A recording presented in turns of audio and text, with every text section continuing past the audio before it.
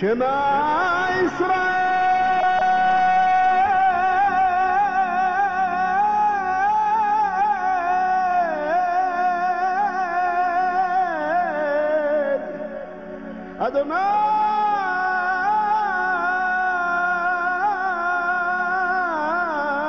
Adonai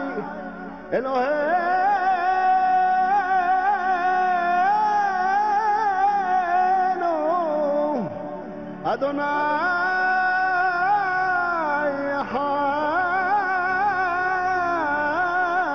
Echad Adonai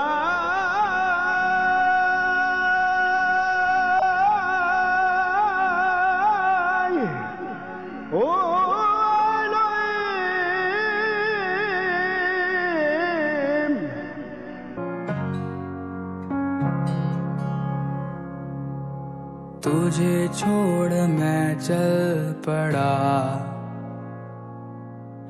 ढूंढने घर हर जगह खोज मैं खो गया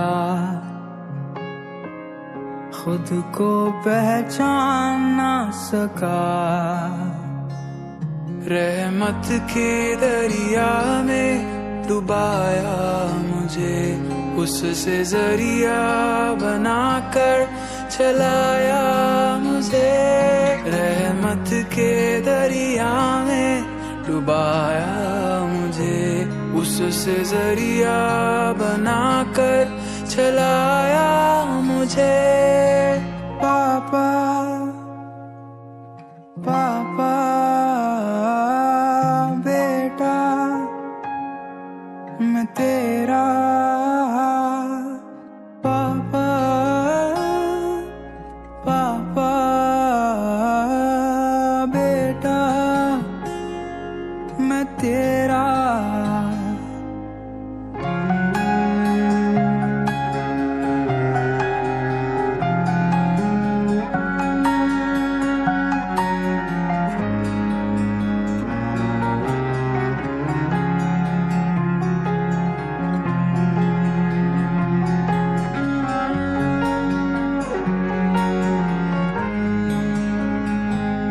तुझे छोड़ मैं जाऊं कहाँ तू ही तो घर है मेरा ना था मुझे पता बेटा मैं था ही तेरा नजर तेरी कभी ना हटी महफूज हूँ तेरी परछाई में नजर तेरी कभी ना हटी महफूज हूँ तेरी परछाई में पापा पापा बेटा मैं तेरा पापा पापा बेटा मैं तेरा तेरी आँखों की पुतली हूँ पापा मैं आँखों की पुतली हूँ पापा तेरी आँखों की पुतली हूँ पापा तेरी आँखों की पुतली हूँ पापा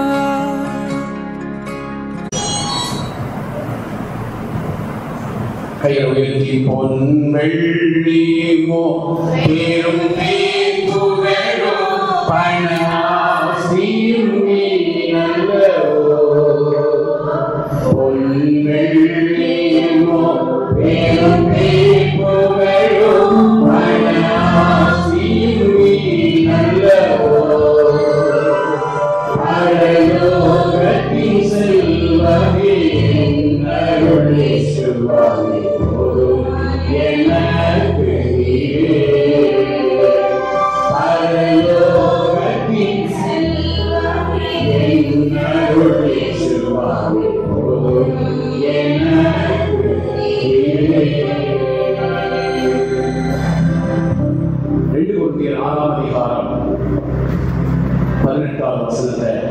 திருப்பிக் கொள்வோம். பெற்ற தாயும் என் தந்தை ஆனவரே மற்றும் எல்லாம் எனக்கு நீரே.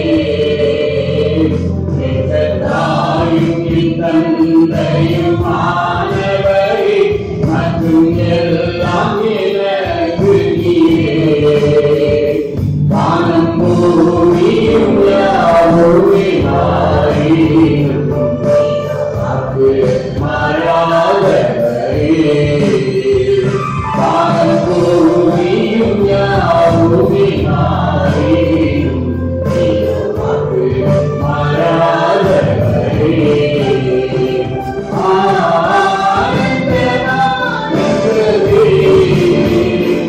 அல்லும் பகலிலும் ஆடியுமே.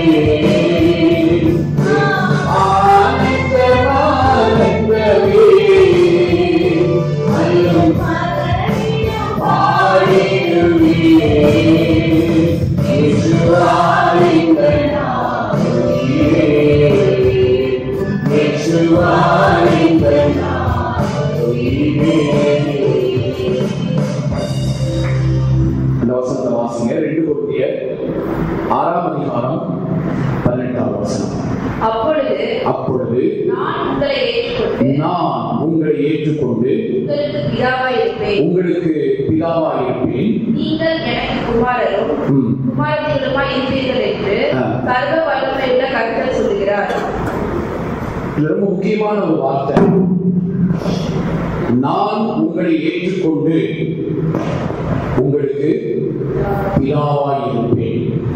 சொல்லுங்க, நம்ம ஆண்டவர். சொல்லுங்க, நம்ம ஆண்டவர் நம்மள இனிமேல் ஏற்றுக்க போறதில்லை. அவர் ஏற்கனவே நம்மளை ஏற்றுக்கிட்டாரு. நம்ம இவர் ஏற்றுக்கொண்டா சொல்ற என்னை அவர் ஏற்றுக்கிட்டாரு. சோ நான் அவர்களை ஏற்றுக்கொண்டு அவர்களுக்கு பிதாவா இருப்பேன், அப்பாவா இருப்பேன். நான் உங்களுக்கு அப்பா அப்படின்னு சொல்றேன். நிறைய நேரங்கள் இந்த மாதிரி வார்த்தையெல்லாம் நம்ம பேசும்போது தெரியுமே எங்களுக்கு, நாங்களும் ஆண்டவர் அப்பாவை தான் அனுபவிக்கிறோம், நாங்களும் ஆண்டவர் அப்பா தான் கூப்பிடுறோம் அப்படின்னு நம்ம அநேக நேரங்கள் நம்முடைய உள்ள நம்முடைய மனசாட்சி, நம்முடைய அந்த மனசு அநேக நேரங்கள் சொல்லும். என்ன அப்பா அப்பா என்ன சொல்லிட போறீங்க அப்படின்னு. சரிங்களா?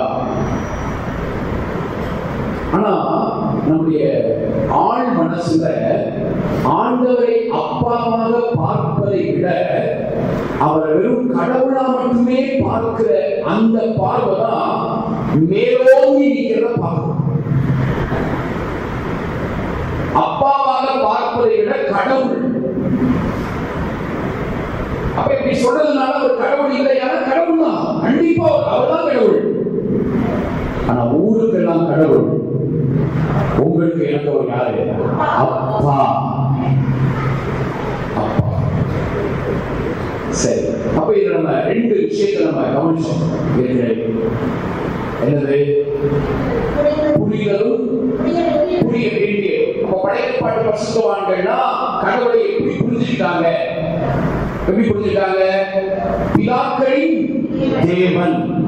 என்னன்னா மோசே பிதாக்களின் தேவன் புரிஞ்ச உடனே அவர் போய் ஆண்டவரே நீ எவ்வளவு நல்லவப்பா அப்படின்னு கிட்ட போய் அப்படியே நெருங்கல. என்ன செஞ்சாங்க? பயந்து முகத்தை மூடினார்.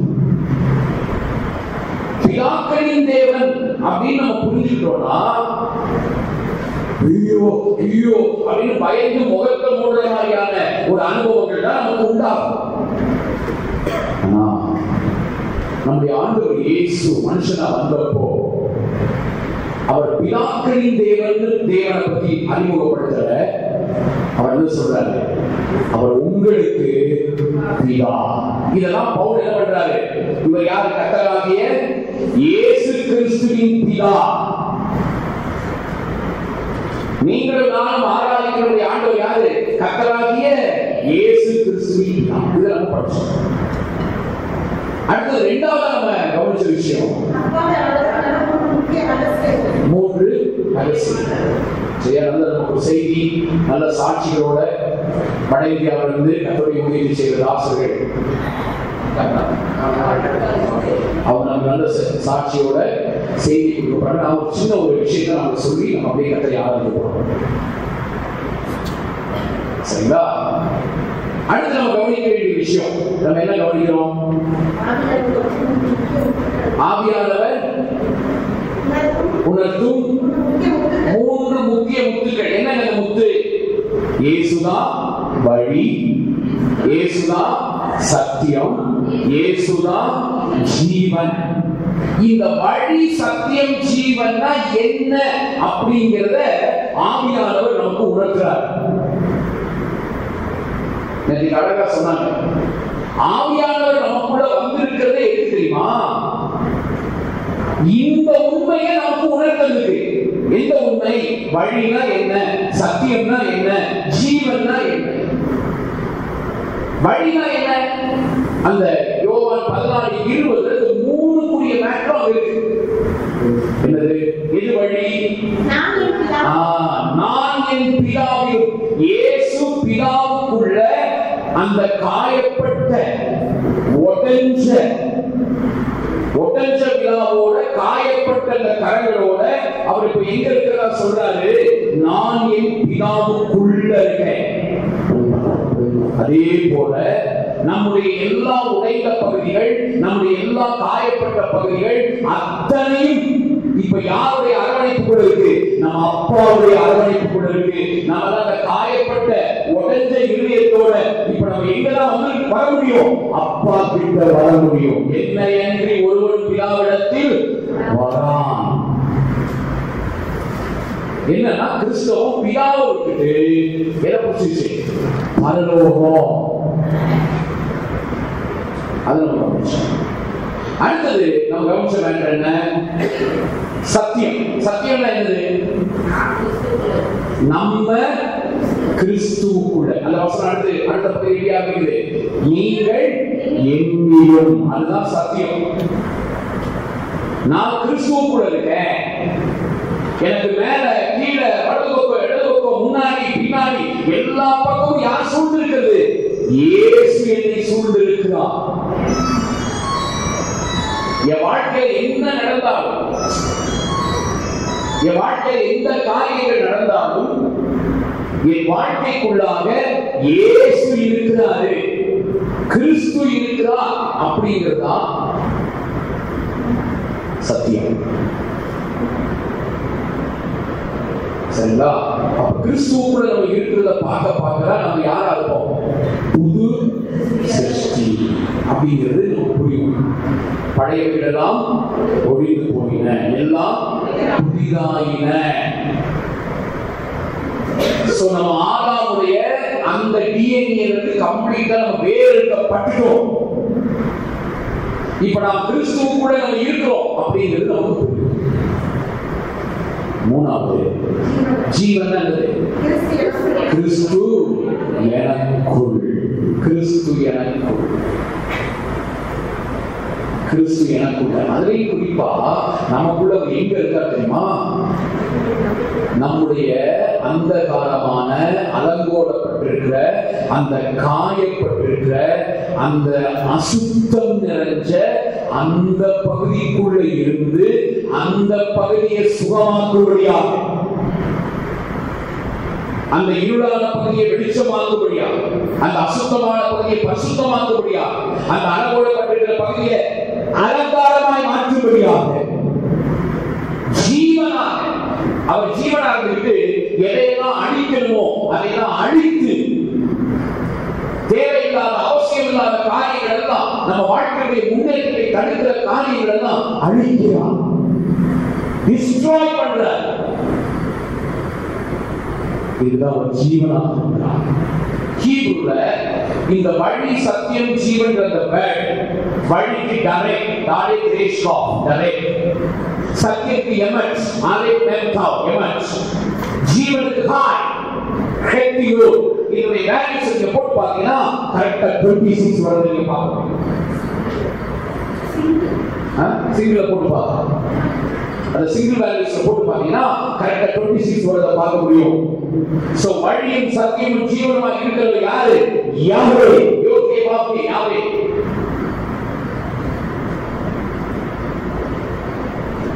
இதெல்லாம் நம்ம போன வாரம் மூணாவது விஷயத்தை நான் சொல்றேன். மூணாவது விஷயம் என்ன?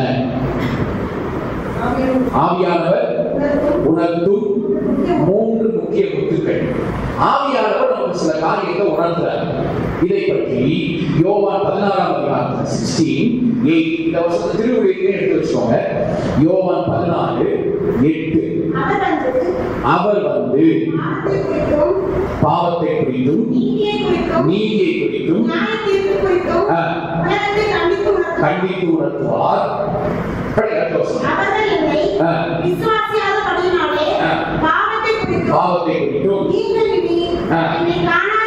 காணாதபடிக்கு போகிறபடினாலே நீதியை குறித்தும்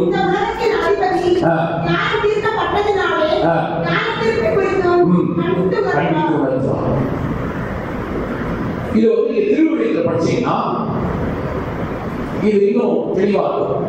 பாவத்தை குறித்து நீதியை குறித்து நியாயத்தை குறித்து கண்டித்து உணர்த்துறாருன்னா என்ன கண்டிச்சு உணர்த்துறாரு? ஏதோ பாவத்தை குறித்து கண்டிச்சு உணர்த்துறாங்க. பாவம் செய்யாயா உன்னை கண்டித்து உணர்த்துவார் அப்படின்னா என்ன பாவத்தை ஒரு கண்டித்து உணர்த்து? எது பாவம்? அதுவே நமக்கு கிளாரிட்டி இல்லை. அதாவது வெளியே தெரிகிற அந்த கிரியைகள், பாவ கிரியைகளை பாவம் பாவம், அந்த வெளியே வெளிப்படுற கனிய பாவம் பாவம் சொல்லிட்டு இருக்கோம். ஆனா உள்ள இருக்க வேறு பிரச்சனை நமக்கு தெரியல. ஓகே, படிங்க. அவர் வந்து பாவம் நீதி தீர்ப்பு ஆகியவை மற்ற உலகில் கொண்டுள்ள கருத்துக்கள் தவறானதை எடுத்து காட்டுவார். அதாவது நீ பாவம் நினைச்சிட்டு இருக்கிறது, நீதி நினைச்சிட்டு இருக்கிறது, நீ நியாய தீர்ப்பு பத்தி நீ நினைச்சிட்டு இருக்கிற ஒரு கருத்து இருக்குல்ல, அதெல்லாம் தப்பு. பாவம் பற்றி அவர்கள் கருத்து தவறானது. என்னிடம் அவர்கள் நம்பிக்கை கொள்ளவில்லை. இயேசு வழியா இருக்குன்னு சொன்னாரா? ஒரு ஆமென் சொல்லுங்க. எது வழி? அவர் பிதாவுக்குள்ள இருக்கிறார், அதான் வழி. அவர் பிதாவுக்குள்ள இருக்கிறாருங்கிறத நம்ம நம்பாம போற பாருங்க, அதெல்லாம் அவர் உணர்த்துற பாவம். அதாவது இயேசு எப்படி உடைஞ்ச இதயத்தோட, அதாவது உடைஞ்ச விழாவோட, காயப்பட்ட கரங்களோட எப்படி பிதாவுக்குள்ள இருக்கிறாரோ, அதே மாதிரி நீயும் உடைஞ்ச நிலையோட இப்படி பிதாவுக்குள்ளதான் இருக்க, நீ வெளியே இல்ல அப்படிங்கறத ஆவியானவர் உணர்த்துவார். நீ அப்படி உணராம இருப்பேனா, அதை நீ நம்பாம இருப்பேனா, அதுதான் பாவம்.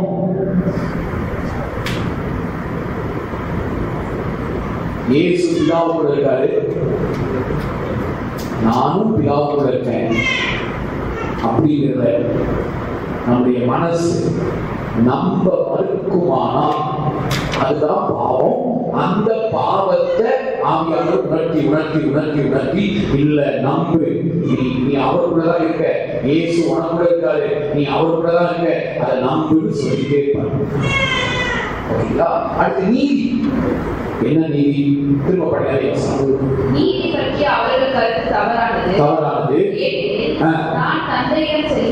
நான் தந்தையிடம் செல்கிறேன், நீங்களும் இனி என்னை காண மாட்டீர்கள். அப்படின்னா என்ன அர்த்தம்னா, நான் அப்பாட்ட போறேன், நான் திரும்ப வருவேன், இப்போ நீங்க எனக்குள்ள இருக்கீங்க, அதாவது நீங்க வந்து எனக்குள்ள இருக்கீங்க. அந்த யோவான் 14:20 நீங்கள் என்னிலும். அப்போ நம்மளை சுத்தி கிறிஸ்து இருக்கிறாரு, அந்த கிறிஸ்து தான் நீதி அப்படிங்கிறத உணர்த்துவாங்க. நீ செய்யற கிரியைகள் இருக்குல்ல, நீ போய் சொல்லாம இருக்க, நீ அப்படி இருக்க, இப்படி இருக்க, இப்படி எல்லாம் செஞ்சிருக்கிறதுனால நீ நீதியா இருக்கிறது அர்த்தம் கிடையாது. உன்னுடைய நீதியா யாரை வைக்கணும்? கிறிஸ்துவ வைக்கணும். கிறிஸ்து என்ற நீதியில இருந்து இந்த நீதியின் செயல்களெல்லாம் வெளிப்படணும். 1 Corinthians 1:30 1 Corinthians 1 அவராலே கிறிஸ்து இயேசுவுக்கு உட்பட்டிருக்கிறீர்கள். எழுதியிருக்கிறபடி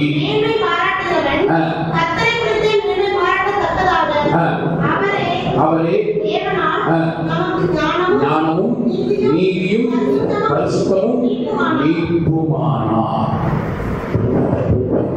தேவனால் அவரே நமக்கு ஞானமும் நீதியும் பரிசுத்தமும் மீட்புமானார். சோ நீதியாகிய அவருக்குள்ள நம்ம இருக்கோம்.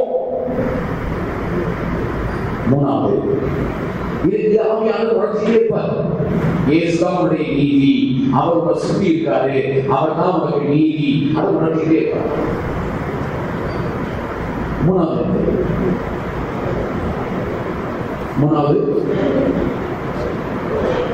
நியாய தீர்ப்பு. நியாய தீர்ப்புங்கிறது என்னது? அப்படி தொடர்ந்து படிங்க. அதே அவர்கள் கருத்து தவறானது.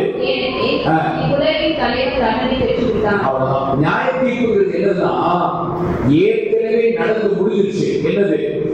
சாத்தான் சிலுவையில நியாயம் தீர்க்கப்பட்டுட்டான். இப்ப ஆண்டவர் நியாயம் தீர்க்கிறாரா? ஆமா. எதை நியாயம் தீர்க்கிறார் தெரியுமா? அவனுடைய பொய்கள் நமக்குள்ள நிறைய, பிசாசு நமக்குள்ள நம்ம சின்ன வயசுல இருந்து நமக்குள்ள விளைச்சு வச்சிருக்கிற நிறைய பொய்கள் நமக்குள்ள இருக்கு. நிறைய பயங்கள் நமக்குள்ள இருக்கு. நிறைய அவசியமில்லாத காரியங்கள் இருக்கு. நிறைய ஒரு லோ மைண்டா திங்க் பண்ற, சிந்திக்கிற ஒரு அனுபவம் இருக்கு. இப்படி பிசாசுடைய கிரியைகள் என்னெல்லாம் இருக்கோ அதை என்ன பண்றாரு? நியாயம் தீர்த்து அதை அழிக்கிறார். புண்ணியமா 3:8 அங்க நம்ம பாவம் செய்தவன் பிசாசினால் உண்டாயிருக்கிறான். ஏனெனில் பிசாசானவன் ஆதிமுதல் பாவம் செய்கிறான். பாவம் செய்கிறான். பிசாசுடைய கிரியைகளை அழிக்கும்படிக்கு தேவனுடைய குமாரனை வெளிப்படுத்தினார். இப்ப ஆண்டவர் நம்மளை நியாயம் தீர்க்கிறாரா? அப்போ கிறிஸ்தவம் நியாய தீர்ப்புனாலே பயப்படுது. ஆனா நியாய தீர்ப்பு நல்லது. என்ன நியாயம் தீர்க்கிறாரு? ஒன்ன நியாயம் தீர்க்க மாட்டார். பக்கத்துல பாசங்க நம்ம அப்பா, பக்கத்துல உள்ள பாசங்க நம்ம அப்பா உங்களை நியாயம் தீர்க்க மாட்டாரு. உங்களை நியாயம் தீர்த்து உங்களை அழிக்க மாட்டாரு.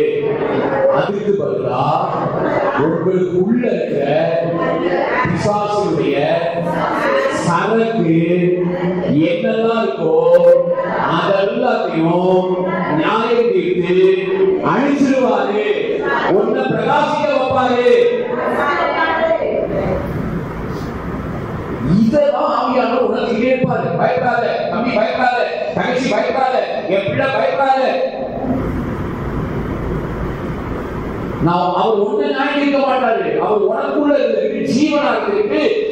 உனக்குள்ள இருக்கிற அந்த அவசியம் இல்லாத காரியங்களை நியாயம் தீர்க்கிறார். ஏன்னா உலகத்தின் அதிபதி இதுக்கு காரணமா இருந்த உலகத்தின் அதிபதி என்ன பண்ணிட்டாரு?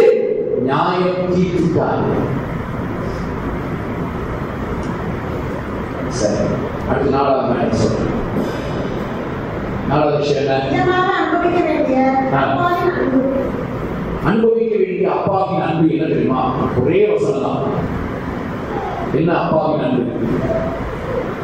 யோவான் 17:26 மூணாவது பேஷன் டிரான்ஸ்லேஷன்ல எழுதின வசனம் தமிழ் படிக்கும்போது இதை நம்ம சொல்லிட்டு இன்னொரு குறிப்பை சுருக்கமா சொல்லி நம்ம கற்ற ஆரம்பிப்போம்.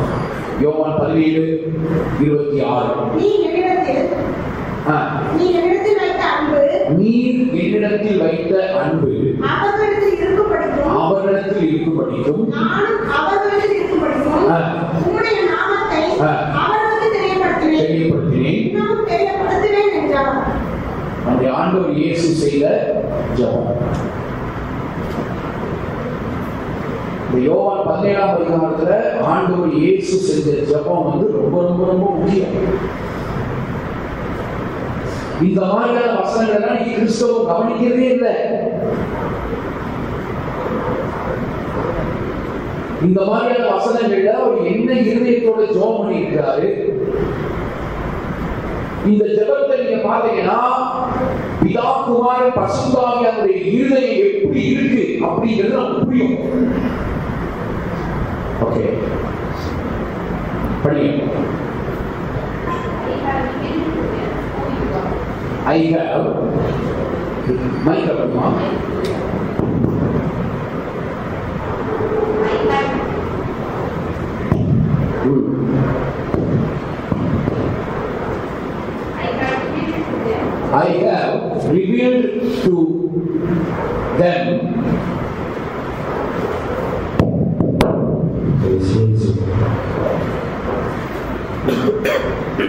have revealed to them who you are. அப்படின்னா என்ன அர்த்தம்? இயேசு சொல்றாரு, நான் பிதாவே அப்பா நீங்க யாருங்கிறத அவங்களுக்கு வெளிப்படுத்தினேன். இதுவரைக்கும் நீங்க யாரு, நீங்க எப்படிப்பட்டவர், உங்க இருமை எப்படி இருக்குங்கிறத நான் அவங்களுக்கு வெளிப்படுத்தினேன்.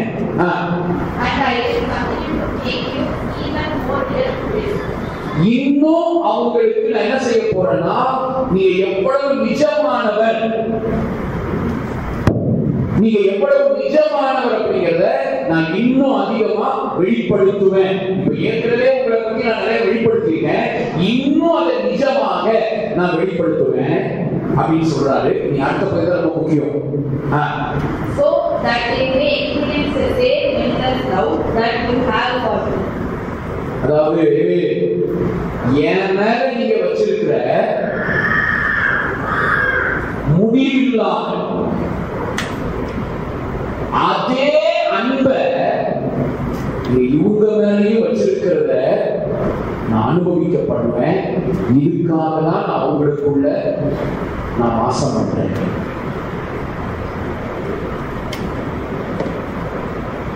யாக்கோபு ஏசாவுடைய வஸ்திரத்தை போட்டுதான் ஈசாக்கிட்ட ஆசீர்வாதம் வாங்கினான்.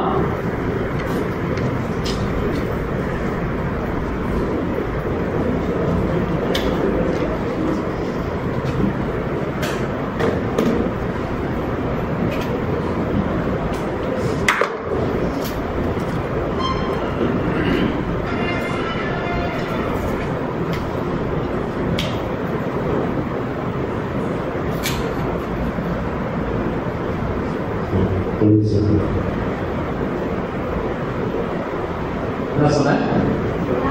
யாக்கோபு ஏசாவுடைய வஸ்திரத்தை போட்டு என்ன செய்யறாரு? ஈசாக்கு கிட்ட இதை வச்சுதான் சொல்லுவாங்க, நீயும் பிதாவுக்கு நேரா போனேன்னா அவன் என்ன பண்ணிடுவாரு? என்ன பண்ணுவாரு? கொன்றுவாரு. ஏன்னா சீனாயோட எப்படி இறங்கினாரு? ஆயத்தரங்க சீனாயோட எப்படி இறங்கினாரு? அப்படியே எரிச்சல் உள்ளவரா இடி முழக்கமா இறங்கினாரு.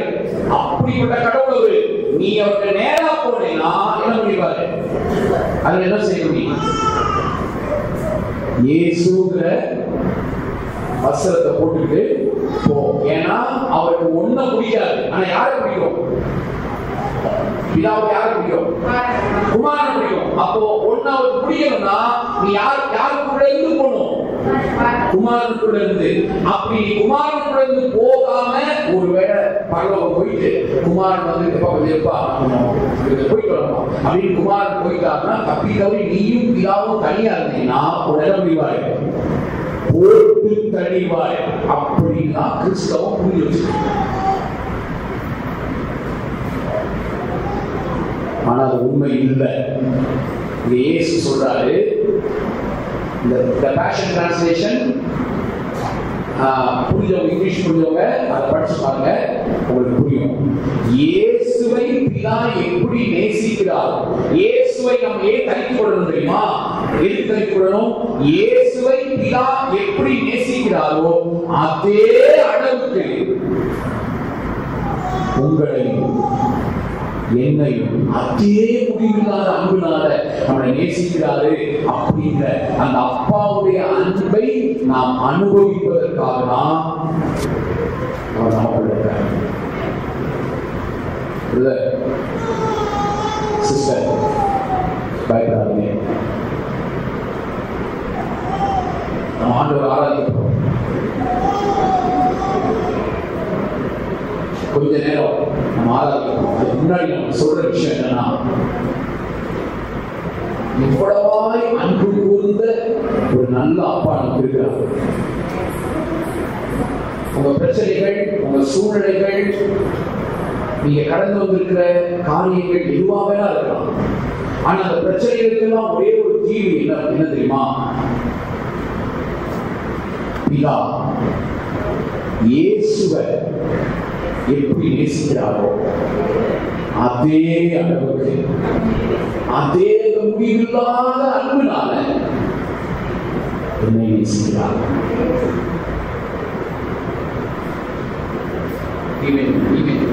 இன்னும் சொல்ல போனா அலங்கோலப்பட்டிருக்கிற பகுதியே கூட அவர் விட்டு வைக்கல, அவர் நேசிக்கிறார்.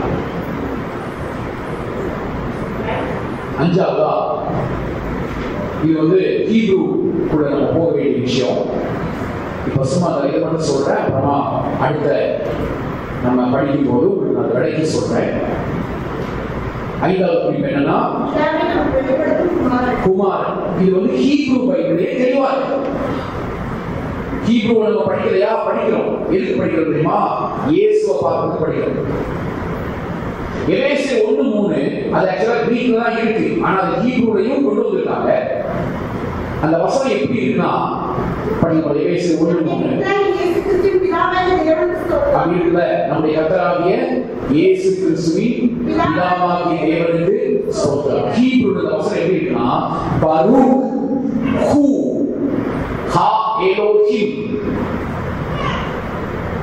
வே அபி அதோனேனு யெஷுவா ஹமஷியாஹ் அப்படிங்கிற வசனம்.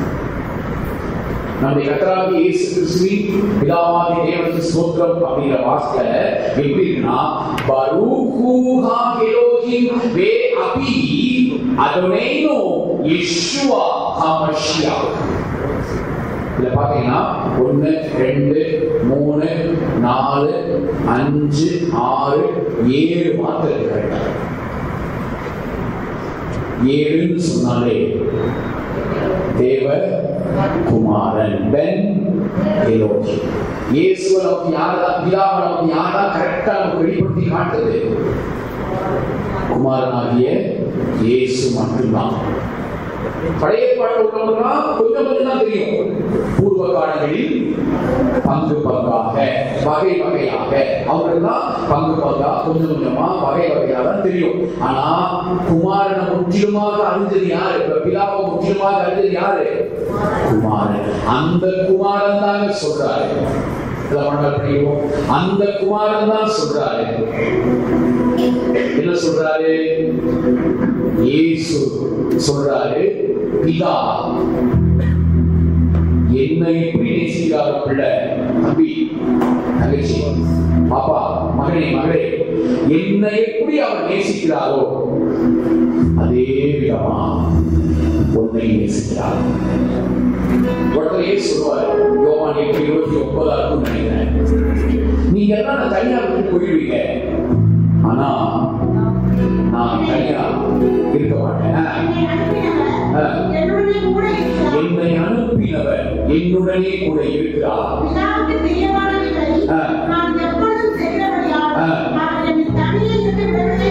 இப்ப நம்ம எப்படி நம்ம எப்படி கிறிஸ்தவம் இந்த லா மைண்ட் செட்டே இருக்கிறதுனால எப்படி இது பண்ணிடுவாங்கன்னா, பிதாவுக்கு பிரியமானதை செஞ்சாலும் எனக்கு அவர் என்ன செய்வாரு? உன் கூட இருப்பாரு. அடுத்த வசனம் அப்படி இல்லை. எது முதல்ல இருக்குங்க? எது முதல்ல இருக்கு? என்னை அனுப்பினவர் அவர் கூட இருக்கிறதுனால தான் என்ன செய்ய முடியும்? பிதாவுக்கு பிரியமானதையே செய்ய முடியும். பிதாவுக்கு பிரியமானதை செய்யறதுக்கு காரணமே என்னது? என் முயற்சி, என்னுடைய உபவாசம், நான் போட்ட ஜெபம் அதெல்லாம் கிடையாது. எங்க அப்பா என் கூட இருக்காரு, அதனால நான் பிதாவுக்கு பிரியமானதை நான் என்ன செய்வேன். அவரை நான் தனியா இருக்க விட மாட்டார். அப்படின்னா இது இயேசுவுக்கு எவ்வளவு சொந்தமோ அதே அளவுக்கு இயேசுவை அந்த விதமா நேசிக்கிற அந்த பிதா நம்மளையும் அதே விதமா நேசிக்கிறதுனால சிஸ்டர், எந்த சூழ்நிலையிலும் உங்களை தனியாக அவர் விடவே மாட்டார். உங்க அந்த காலத்தின் சூழல், உங்க வாழ்க்கையில் அலங்கோலப்பட்டிருக்கிற சூழ்நிலைகள், உங்க வாழ்க்கையில பாதிப்பின் நிலைமைகள், உங்க வாழ்க்கையில அந்த காலமான காரியங்கள், அலங்கோலப்பட்டிருக்கிற நிலைமைகள், மற்றவங்க கேலி கிண்டல் பண்ணக்கூடிய அளவுக்கு உங்க வாழ்க்கையில் எத்தனை சூழ்நிலைகள் வந்திருந்தாலும் அந்த சூழ்நிலை சகோதர சகோதரியே, மகளே, மகனே, நீ தனியா இல்ல. அங்கேயும் பிதா கூட இருக்கிறாரு, குமாரன் கூட இருக்கிறாரு, ஆவியானவர் கூட இருக்கிறார். உன்னை அவர் அரவணைச்சுக்கிட்டே இருக்கிறாரு. அந்த சூழ்நிலையை கண்டிப்பா மாற்றிடுவாரு. உன் வாழ்க்கை மாறும். அற்பமா இருக்கிற சூழ்நிலை எல்லாம் அற்புதமா மாறும், அற்புதமா அற்புதமா மாற்றிடுவாரு.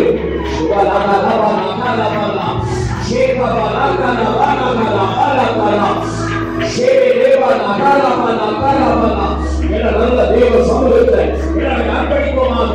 ரிசீவ் பண்றவங்க உங்களால ஆவியானவர் இருக்க முடியாது.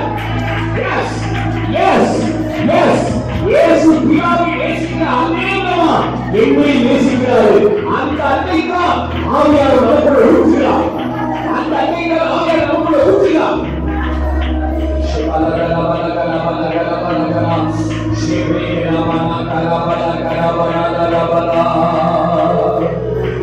துதிக்க வைப்பாரே, உன்னை அலங்கரிப்பாரே, இடிந்து போனதெல்லாம் உயிர்த்தெழும்ப செய்வாரே. துதிக்க வைப்பாரே, உன்னை அலங்கரிப்பாரே, இடிந்து போனதெல்லாம் உயிர்த்தெழும்ப செய்வாரே. உன்னை மறப்பாரோ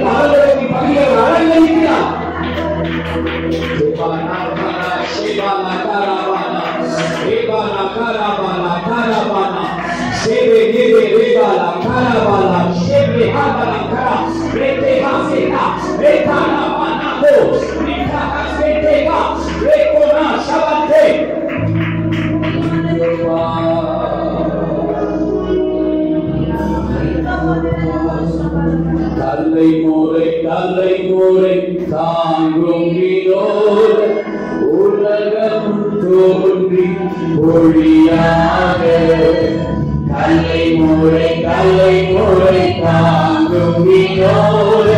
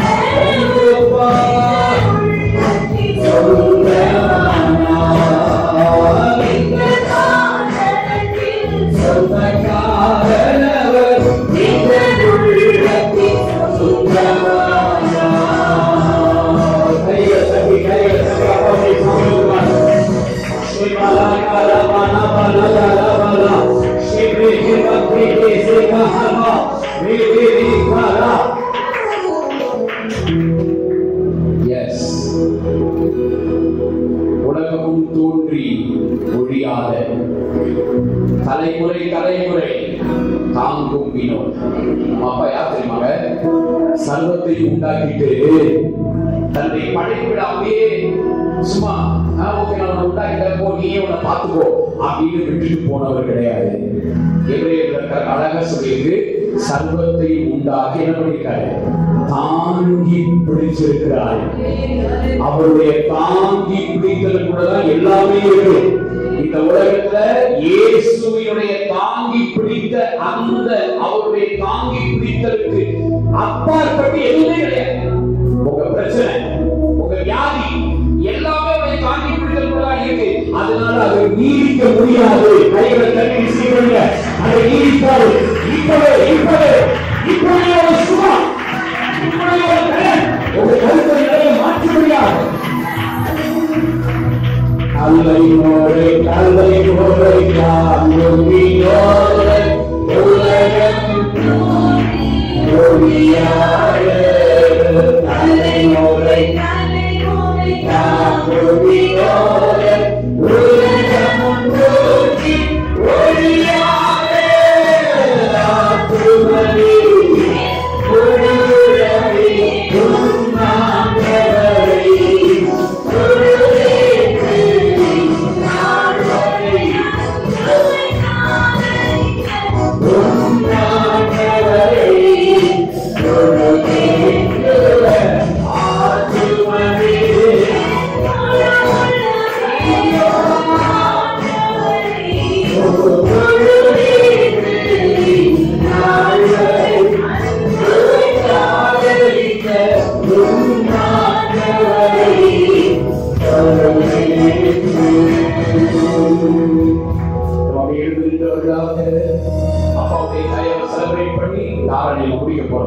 தலைமுறைகள் தாண்டி நிற்கும் தயவு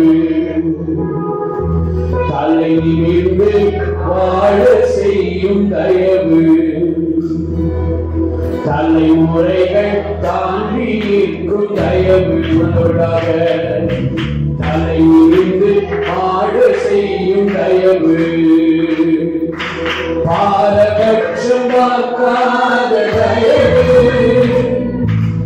ஏழையவரை உயர்த்தி வைக்கும் தயவு பாரபட்சம் பார்க்காத எளியவரை உயர்த்தி வைக்கும் தயவு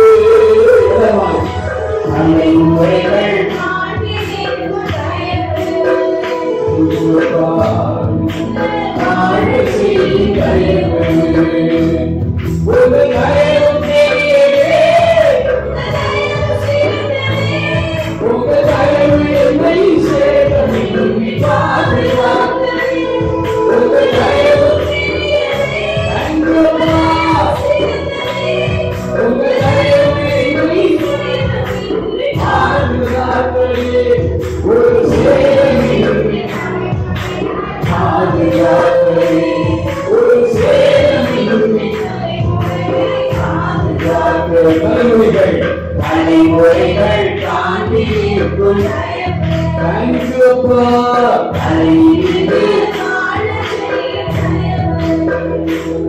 உண்மையான அறிவுரை நடந்து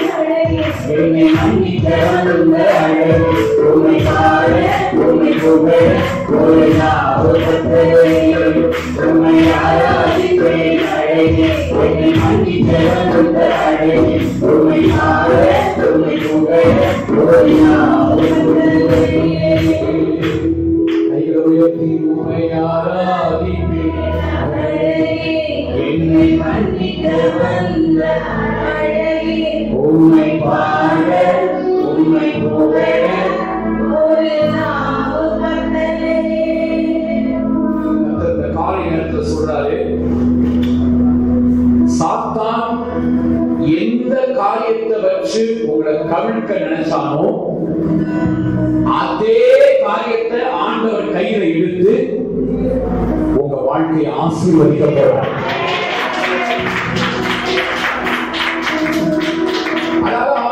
அவன் பண்ண அந்த காரியம், அந்த வாதை, அந்த தரித்திரம், அந்த பிரச்சனையை அப்படியே வச்சுக்க கிடையாது. சரியா? அவன் அதுக்கு ஒரு காரியத்தை பண்ணிருப்பான் இல்லையா?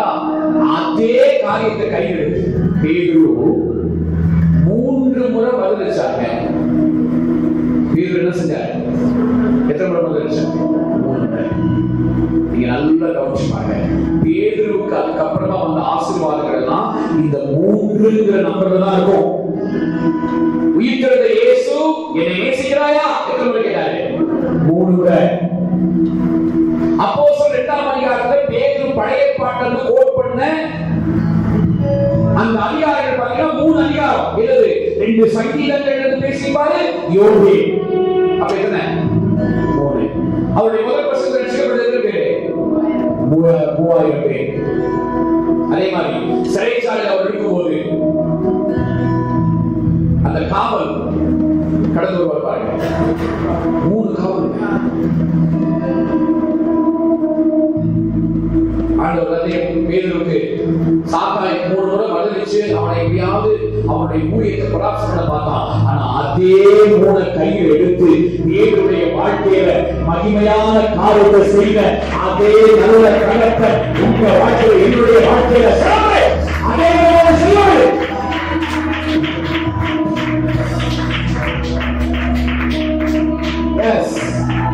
நீ சமர்ப்பண காரியத்தை கையெழுத்து உன் வாழ்க்கையில ஒரு ஆசீர்வாதமா மாற்றினாரு. உன் வாழ்க்கையில நன்மையா மாற்றினாரு. எஸ் எஸ் சேவானா கலாபனா கலாபனா. Thank you அப்பா. Thank you அப்பா. Thank you அப்பா. Thank you அப்பா. Thank you. Thank you. Yes, yes, yes, yes, yes, yes, yes, yes. Lift up your hands. Lift up your hands. Anointing, anointing. Receive it. Yes, yes. Say ha ha ha ha. Say ha ha ha ha ha. Hey ha ha ha.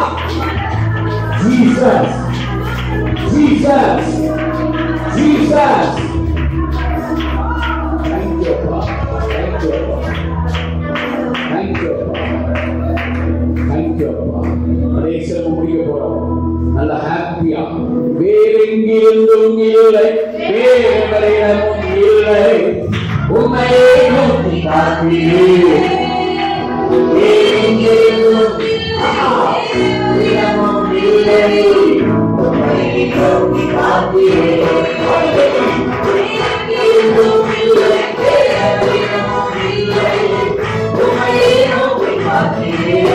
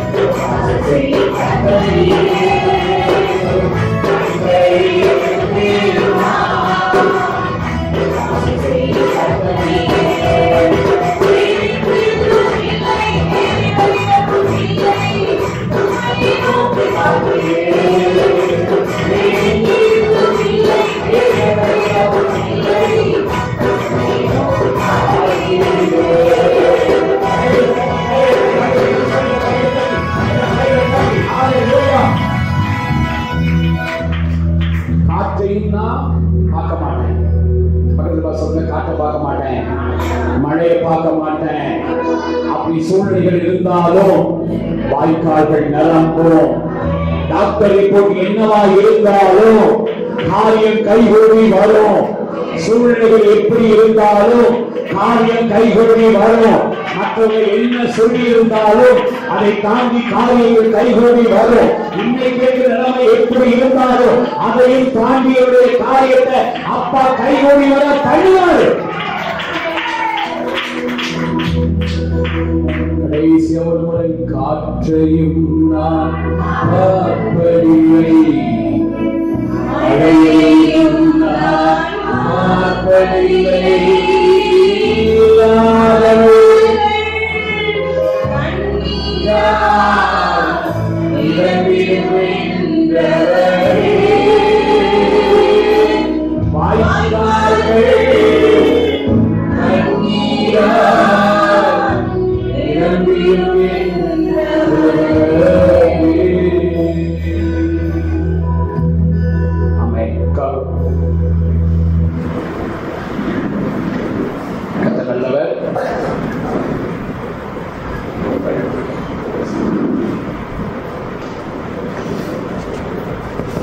சில அறிவிப்படை கவனித்துக் கொள்ளுங்கள்.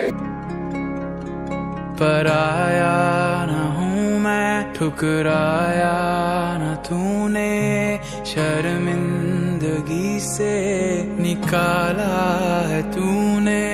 पराया न हूँ मैं, ठुकराया न तूने, शर्मिंदगी से निकाला है तूने.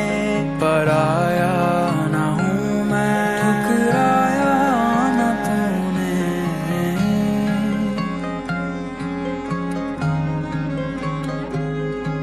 पराया न हूँ मैं, ठुकराया न तूने, शर्मिंदगी से निकाला है तूने. गले लगा कर चूमा मुझे, मेरा लत्ता हटा कर लबादा दिया. गले लगा कर चूमा मुझे, मेरा लत्ता हटा कर लबादा दिया. पापा पापा बेटा मैं तेरा. पापा पापा बेटा मैं तेरा. तेरी आँखों की पुतली हूँ पापा, मैं आँखों की पुतली हूँ पापा. तेरी आँखों की पुतली हूँ पापा, मैं आँखों की पुतली हूँ पापा. ओ